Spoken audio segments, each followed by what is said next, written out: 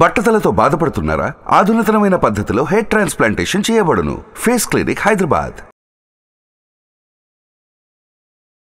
నమస్తే అండి, welcome to Suman TV. నేను వెల్లి చక్రధర్. ఇవాళ మన ఎపిసోడ్ వచ్చి స్మాల్ కేసెస్. సో ఇండియాలో ఉన్న బెస్ట్ స్మాల్ కేసెస్ ఏంటి, వాటిని ఎలా సెలెక్ట్ చేసుకోవాలి? అయితే స్మాల్ కేసెస్ మీద చాలా కాల్స్ కూడా వస్తున్నాయండి. నా పర్సనల్గా అర్థం కావట్లేదండి స్మాల్ కేస్ని ఎలా కొనాలో. ఒక స్మాల్ కేస్ యాప్ ద్వారా, సైట్ ద్వారా వెళ్ళి కొనుక్కోవాలా అంటున్నా అడుగుతున్నారు. అయితే చూడండి, ఇక్కడ స్మాల్ కేసెస్ అనేది మనం మొదటి నుంచి చెప్పుకున్నాం, ఒక బకెట్ ఆఫ్ స్టాక్స్ అని. అయితే ఈ బకెట్ ఆఫ్ స్టాక్స్లో మనం కనుక ఎప్పుడైతే ఇన్వెస్ట్మెంట్ చేసుకుంటూ వెళ్తామో, ఒక లంసమ్గా అంటే వన్ టైం ఇన్వెస్ట్మెంట్ లాగా ఒక 5 lakhs కావచ్చు, ఒక 25 lakhs కావచ్చు, ఇన్వెస్ట్మెంట్ చేస్తే ముందు రిటర్న్స్ ఎలా వస్తాయో చూద్దామండి. ఎవరైతే కనుక 5 lakhs కనుక లంసమ్గా ఇన్వెస్ట్మెంట్ చేసి ఒక 10 years వెయిట్ చేస్తే దాని విలువ 30 lakhs దాకా వెళ్తుంది. అలాగే 15 years కనుక వెయిట్ చేస్తే 75 lakhs అని చెప్పుకున్నాం. అలాగే 20 years కనుక లాంగ్ టర్మ్ కోసం ఎవరైతే వెయిట్ చేస్తారో, జస్ట్ మనం 5 lakhs పెట్టినా కూడా దాని విలువ 2 crores దాకా వెళ్తుందండి. సో మనం ఫర్దర్గా బిజినెస్ చేసే వాళ్ళు ఉంటారు, లేదా ఎవరైతే మాకు జాబ్స్ సురక్షితంగా లేవండి అంటారు. సో ఇట్లాంటి ఆబ్లిగేషన్స్లో ఉన్నప్పుడు ఏమవుతుందంటే, మనకి కంటిన్యూ చేస్తామా చేయలేమా ఫర్దర్గా ఎస్ఐపి అనుకున్న వాళ్ళందరూ కూడా ఈ లంసమ్గా ఒక్కసారిగా ఇన్వెస్ట్మెంట్ చేసి వదిలేస్తే మనకి గణనీయంగా రిటర్న్స్ అయితే పెరుగుతాయి. ఎప్పుడు చూడండి, కాంపౌండ్ ఇంట్రెస్ట్, ఈక్విటీ అంటేనే కాంపౌండ్ ఇంట్రెస్ట్తో కూడుకున్నది. మనం కాంపౌండ్ ఇంట్రెస్ట్లో ఉన్న బెస్ట్ బ్యూటీ ఏంటంటే, ఎంత లాంగ్ టైం మనం వెయిట్ చేస్తామో అంత గెయిన్స్ అయితే మనం తెచ్చుకోవచ్చండి ఇందులో. ఎస్పెషల్లీ మనం చూడండి, 25 lakhs కనుక ఇన్వెస్ట్మెంట్ చేసి వన్ టైమ్గా ఇన్వెస్ట్మెంట్ చేసి స్మాల్ కేస్లో వదిలేస్తే మనకి 10 yearsకి మనకి 1.5 crore వస్తుందండి. అలాగే 15 yearsకి 3 crores 75 lakhs అని చెప్పుకున్నాము. అలాగే గణనీయంగా 20 years కనుక మనం హోల్డ్ చేస్తే దగ్గర 10 crores వస్తుందని చెప్పుకున్నాం. సో ఇప్పుడు చూడండి, మనం ఒక ఫార్ములా ఉంది మ్యూచువల్ ఫండ్స్లో, 15 into 15 into 15 = 1 crore అని చెప్తాం. ఆఫ్టర్ 15 years వస్తుందని చెప్తాం.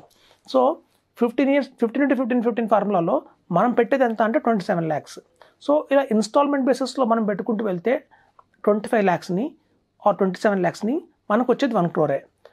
కానీ అదే 27 lakhs ఆర్ 25 lakhsని లంసమ్గా ఈరోజు మనం పెట్టి వదిలేస్తే, 15 years వదిలేస్తే, అదే టైం పీరియడ్లో మనకి దగ్గర 3 crores 75 lakhs నుంచి 4 crores దాకా వస్తుందండి.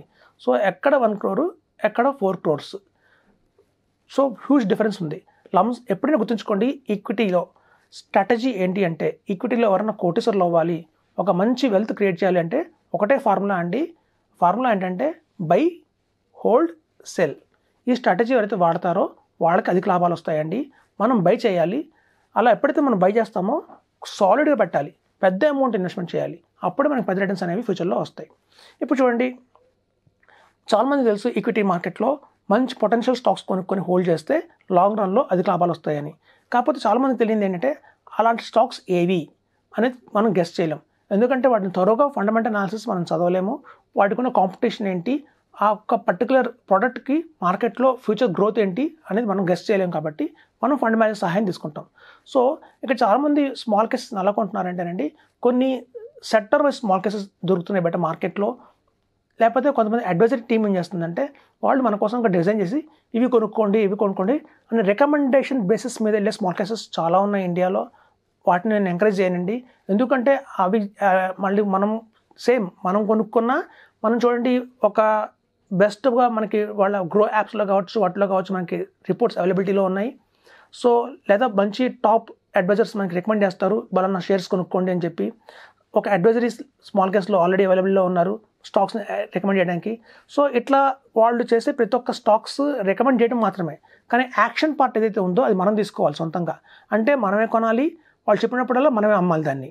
సో మనకున్న ఈ బిజీ లైఫ్లో అలాంటి పొరపాట్లు, అలాంటి మనం కొనగలమా, అన్నిసార్లు వాళ్ళు చెప్పినట్టుగా మనం ఫాలో అవ్వగలమా అనేది క్వశ్చన్ మార్క్.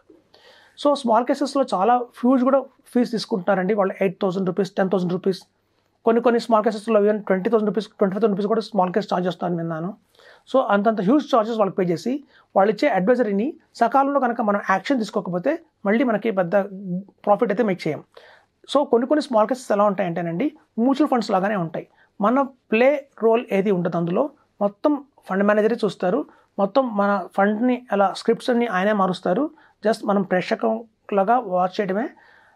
ఎప్పుడైతే మనకి కావాలి, మనకి ఏదైనా ఎమర్జెన్సీ వచ్చిందంటే మాత్రం పార్షల్గా విత్డ్రా చేయాలన్నా, లేదా ఫుల్ పేమెంట్ విత్డ్రా చేయాలన్నా, అట్లాంటి టైంలో మాత్రమే మనం యాక్షన్ తీసుకోవచ్చు.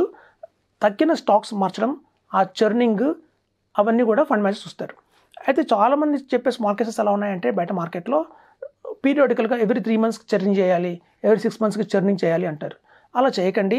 ఆ చర్నింగ్ చేసే విధానంలో మనకి బ్రోకర్కి లాభం ఉంటాడు కానీ ఇన్వెస్టర్కి ఎప్పుడు లాభం ఉండదు.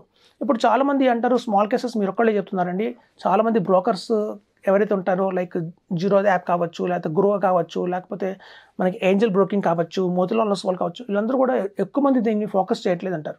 చూడండి, బ్రోకింగ్ కంపెనీస్కి ప్రాఫిట్ ఎలా వస్తుంది అంటే బై హోల్డ్ సెల్ చేస్తే వాళ్ళకి ప్రాఫిట్ రాదండి. వాళ్ళకి everyday or day within మంత్లో కూడా మనం చాలా చర్నింగ్ చేయాలి. మనం ఎంత చర్నింగ్ చేస్తాము అనే దాని మీదే వాళ్ళ రిటర్న్స్ అనేవి ఉంటాయి, వాళ్ళ ప్రాఫిట్స్ అనేవి ఉంటాయి. కాబట్టి వాళ్ళెవరు ఈ స్ట్రాటజీని ఒప్పుకోరు. ఈ స్ట్రాటజీ అంటే ఫ్యూచర్ ఆప్షన్స్ కావచ్చు, ఇలాంటి చాలా చేయిస్తారు. ఎందుకంటే వాటి వల్ల వాళ్ళకి అధిక లాభాలు వస్తాయి. మనకి నష్టమా లాభమా పక్కన పెడితే ముందు వాళ్ళ లాభం పొందుతారు. ఎనీ బ్రోకర్కి లాభం ఎలా వస్తుందంటే చర్నింగ్ వల్ల లాభం వస్తుంది. సో కాబట్టి ఏంటంటేనండి ఇది స్మాల్ కేసెస్లో ఆ చర్నింగ్ అనేది ఉండదు కాబట్టి మనకి రికమెండేషన్ చేయరు. సో ఏవైతే చర్నింగ్ చేసే స్మాల్ కేసెస్ ఉన్నాయో వాటికి వెళ్ళకండి. లాంగ్ టర్మ్ హారిజన్లో, సో మనదంతా లాంగ్ టర్మ్ ఇన్వెస్ట్మెంట్ హారిజన్లో ఉన్నాం కాబట్టి ఇది చాలా ఒక మంచి స్మాల్ కేసెస్ మీకు చెప్తాను. One of the best company Renaissance company ఉందండి. ఈ రెనైజెన్స్ని హ్యాండిల్ చేసేది మనకి పంకజ్ ముర్రా ఉన్నారు. ఆయన ఒక టైంలో యాక్సిస్ మ్యూచువల్ ఫండ్స్ని, యాక్సిస్లో ఉన్న ఆల్మోస్ట్ అన్ని ఫండ్స్ని ఆయన హ్యాండిల్ చేశారు. ఒక బెస్ట్ పర్ఫార్మర్గా నిలబెట్టారు యాక్సిస్ ఫండ్ హౌస్ని. ఆయన బయటకు వచ్చి సపరేట్గా ఈ రెనైసెన్స్ అనే కంపెనీ స్టార్ట్ చేసి ఆయన పిఎంఎస్ అలాగే ఈ స్మాల్ కేసెస్ని రన్ చేసుకుంటున్నారు. వాటి పేర్లు వచ్చి ఆల్ఫా బ్లూ చిప్ అని, ఆల్ఫా కోరన్ శాటిలైట్ అని, ఆల్ఫా ఫ్లెక్సీ క్యాప్ అని ఆ పేరుతో రన్ అవుతున్నాయండి బయట మార్కెట్లో. One of the best small cases అని చెప్తాను. ఇట్లాంటి స్మాల్ కేసెస్ వల్ల ఏమంటుందంటే రన్ చేస్తుంది ఇండియాస్లో top most fund manager. So కాబట్టి మనకు ధైర్యంగా ఉంటుంది. వాళ్ళ ఎందుకు నెంబర్ 1 అయ్యారంటే వాళ్ళ పాస్ట్ రికార్డ్స్ చూస్తే ద పర్ఫార్మెన్స్ కానీ అది కానీ చాలా బాగున్నాయి. సో కాబట్టి రెనైజెన్స్ ఒక మంచి స్మాల్ క్యాప్ హ్యాండిల్ చేసే కంపెనీ. మనం ద్వారా వెళ్దాం. నెక్స్ట్ వచ్చి అబాకస్ అండి. అబాకస్ అంటే గతంలో మన పిఎంఎస్ ఎపిసోడ్లో చెప్పుకున్నాము. సునీల్ సంఘానియా ఎవరైతే నిప్పాన్ స్మాల్ క్యాప్ ఫండ్ కావచ్చు, నిప్పాన్ ఇండియా గ్రోత్ ఫండ్ కావచ్చు, నిప్పాన్లో ఉన్న ఆల్మోస్ట్ అన్ని ఫండ్స్ని ఒక టైంలో ఒక మంచి ఫేజ్లో తీసుకెళ్ళిన టర్న్ చేస్తున్న మనిషి ఈ సునీల్ సంఘానియా. ఈయన one of the best fund manager అని చెప్పొచ్చు. టాప్ 10 ఫండ్ మేనేజర్స్ ఇండియాలో చూస్తే మనకి సునీల్ సంఘానియా కావచ్చు, పంకజ్ ముర్రా కావచ్చు, వీళ్ళందరూ వస్తారు. సో ఈయన కంపెనీయే అబాకస్. సో వీళ్ళది స్మాల్ కేసెస్ ఉన్నాయి, పిఎంఎస్ కూడా ఉంది. సో ఈ abacus company is the best company. So మనం ఏంటంటేనండి ఒకసారి బై చేసామా స్టాక్స్, క్వాలిటీ స్టాక్స్ కొన్నామా, హోల్డ్ చేసామా 5 years, 10 years, 15 years ధైర్యంగా మనం హోల్డ్ చేయొచ్చు. నా పర్సనల్గా నా దగ్గర ఎవరైతే స్మాల్ కేసు తీసుకుంటారో నేను ఎవ్రీ ఇయర్ రివ్యూ చేస్తానండి వాళ్ళ స్మాల్ కేసు. దాన్ని బట్టి మనం ఫర్దర్గా అదే కంటిన్యూ చేద్దామా లేదా వేరే స్మాల్ కేసుకి మనం షిఫ్ట్ అవుదామా అనేది నేను డెసిషన్ తీసుకుంటాను. సో కాబట్టి ఒక లాంగ్ టర్మ్లో పొటెన్షియల్ స్టాక్స్ కొనుక్కొని హోల్డ్ చేసిన వాళ్ళకే అధిక లాభాలు అనేది ఉంటాయి. ఇప్పుడు చూడండి, చాలామంది సాధ్యమా ఒక 25 lakhs ఇవాళ ఇన్వెస్ట్మెంట్ చేసి స్మాల్ కేసులో వదిలేస్తే మనకి 10 crores వస్తుంది 20 years తర్వాత అంటే 20% CAGRలో వస్తుందండి. మనం 20% CAGR కాదు, ఈ రినైసెన్స్ కానీ, నార్నోలియా కానీ, అబాకస్ కానీ వీళ్ళందరూ కూడా ఆల్రెడీ పాస్ట్ పర్ఫార్మెన్స్ వచ్చి 34%, 40% CAGRలో ఉన్నారు. వాళ్ళ రేటింగ్స్ ఇచ్చారు స్మాల్ కేసెస్లో. సో మనం ఈవెన్ 20% మనం కన్సిడర్ చేస్తున్నాము. సో కాబట్టి మనం ది బెస్ట్ అదే కనుక 20% CAGR వచ్చినా కూడా మనకు అదిలా కావాలి. మార్కెట్లో చాలా వస్తాయి. ఇప్పుడు చాలామంది నా దగ్గర ఎలా వస్తారంటేనండి పిఎంఎస్ చేద్దాం అనుకుంటున్నామండి అంటారు. వాళ్ళ దగ్గర 24 lakhs మాత్రమే ఉన్నాయి అంటారు. సో అలాంటప్పుడు నేను స్మాల్ కేస్ రికమెండ్ చేస్తాను.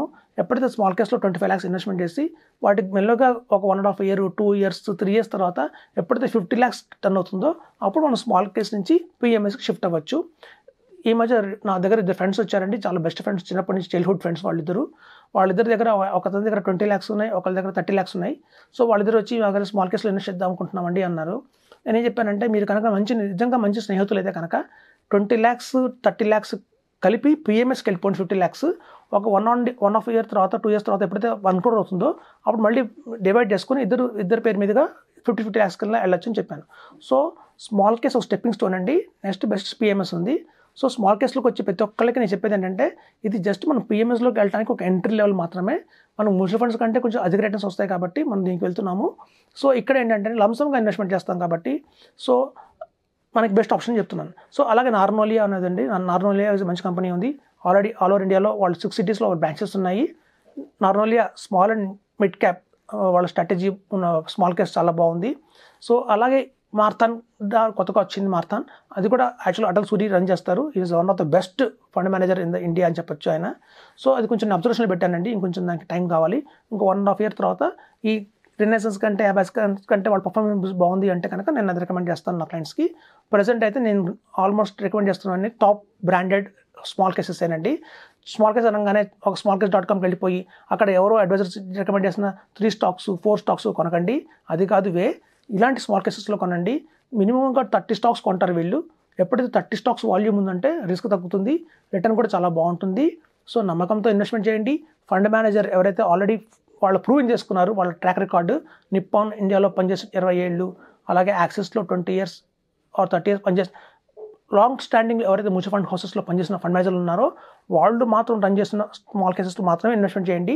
అంతేగాని ఎవరో ఒక అడ్వైజరీ వచ్చి మనకి రికమెండ్ చేస్తాడు, ఒక 10 stocks రికమెండ్ చేస్తారు, చర్నింగ్ చేసుకోవాలి, వాటిని మళ్ళీ యాక్షన్ తీసుకోవాలి అనే స్మాల్ కేసెస్ మాత్రం వెళ్ళకండి. వాటికంటే కూడా ఇది ఫార్ బెటర్ ఉంటాయి. చార్జెస్ కూడా ఉంటాయి, 2.5% ఛార్జ్ చేస్తారు per annum. ఇనిషియల్గా 1% తీసుకుంటారండి. మనం సపోజ్ 5 lakhs ఇన్వెస్ట్మెంట్ చేసాము అంటే 5,000 rupees ఇనిషియల్గా మనకి ఛార్జ్ ఉంటుంది. ఆ 5,000 rupees మీద 18% GST కూడా పడుతుంది, 900 rupees. సో అది మన ఇనిషియల్లో స్మాల్ కేసెస్లో ఉండే ఛార్జ్. తర్వాత ఆఫ్టర్ 6 months మళ్ళీ మనకి కాల్ చేస్తారు. మనకి 2.5% ఇయర్ అంటే ఆఫర్లో వచ్చి 1.25% ఛార్జ్ ఉంటుందండి. ఆ 1.25% ఛార్జ్ మనం అలా మెయింటైన్ చేసుకుంటూ పే చేసుకుంటూ వెళ్తాము. మన వాల్యూమ్ పెరుగుతున్న కొద్దీ ఛార్జెస్ పెరుగుతుంటాయి. సో కాబట్టి ఏంటంటే స్మాల్ కేసెస్లో మ్యూచువల్ ఫండ్స్లో ఉన్న డిఫరెన్స్ అది. మ్యూచువల్ ఫండ్స్లో మనకి 1.75% తెలియకుండా మనకి ఛార్జ్ ఉంటుంది, ఆల్రెడీ అందులో ఛార్జ్ ఉంది 1.75, కానీ మనకి కంటికి కనిపించదు, అది ఎన్ఏబీలో అడ్జస్ట్ అవుతుంది. ఇక్కడ మనకి ఎన్ఏబీలో అడ్జస్ట్ కాదు కాబట్టి స్మాల్ కేస్లో మనం పాకెట్ నుంచి సపరేట్గా మనం పే చేయాల్సి ఉంటుంది. బట్ స్టిల్ వర్త్ అండి.